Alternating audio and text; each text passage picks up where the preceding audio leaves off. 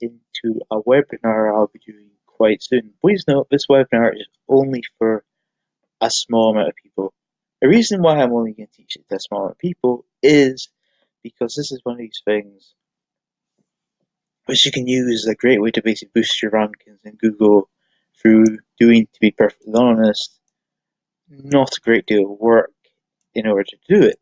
A lot of people don't actually realise that having the right title, the right meta tags, and that kind of stuff can be used as a powerful way to draw people into your site. I mean, for example, here, the second site here is RSPCA. I know a charity, I know we give good advice about animals, and to be fair, and vets for pets.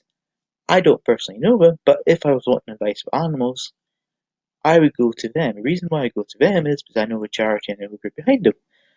And you may not realise this, but people have the idea that basically page one is the only place people look for information. That's not entirely true.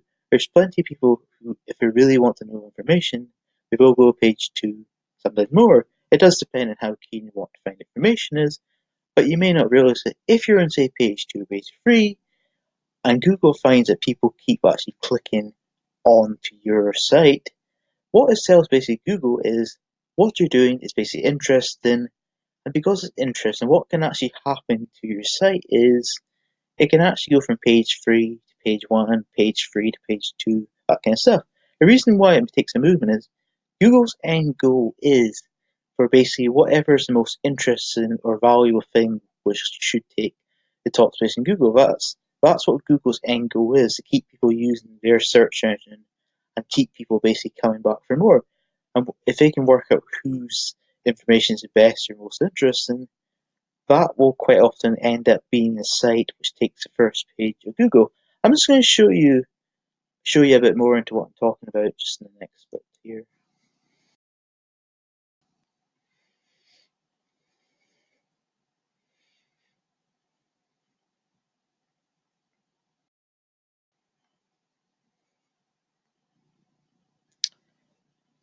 Let's just say, just for example, I particularly like this site. Just say, for example, I like a site called www.lovethatpet.com.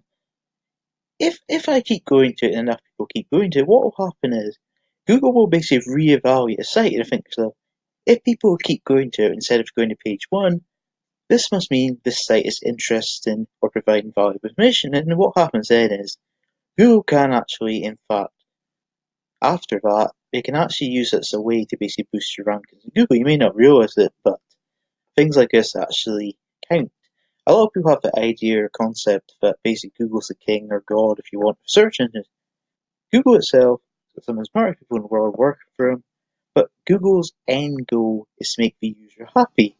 And when you're doing a website, big or small, you shouldn't get too focused on what you think Google wants. You should focus on what your ideal customer or people who go to your site actually want. I have actually seen quite a few different sites, you may not believe this, but they've got quite old-fashioned designs and they look, to be honest, quite poor, but people keep going to sites all the time. Even though it's got a very poor design site, it's not mobile friendly. If people like a site enough, people will still go to your site, whether it's terrible SEO wise or good. What you should always aim for is making something which your ideal clients or customers want your site. If you can do that, you can actually have a site which is not fully SEO themed or fully perfect for search engine optimization reasons. The reason for why is because what you should do whenever you want a site, big or small, you should aim to make sure that it's suitable for whoever actually will read or want to know what your site is about. I mean, for example, say your site at the moment is just, say, for example, blue. You might find you change your site's colour to red.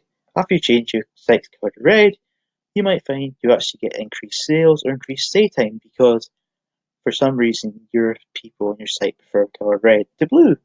That may seem extreme or overkill for you, but making small changes can give you big, big boosts in search engines and your sales and your traffic. A lot of people have the idea that you have to do gigantic things to increase your sales and your website traffic. That's not entirely true. You can do big things and get amazing results, But in a lot of cases, you'll find making a small change to a website can be used as a good way to basically boost your rankings. And what I will be discussing in the webinar is I'll be discussing things that people don't normally think about and basically ways you can use this as a way to boost your rankings in Google without you having to spend a load of money in SEO services, without you having to basically hire someone to design your site or redesign it for lots of money. It will basically be a way you can boost your rankings in Google by doing, to be perfectly honest, very little work. And the thing you'll find quite interesting and maybe possibly a little bit funny is it's not hard to do, it's not a complicated thing, it's not a case of you have to spend loads of money. It's something you can do entirely for free, and it won't really, to be honest, require a great deal of effort on your part to do this. Anyway, that's all for my video. See you later.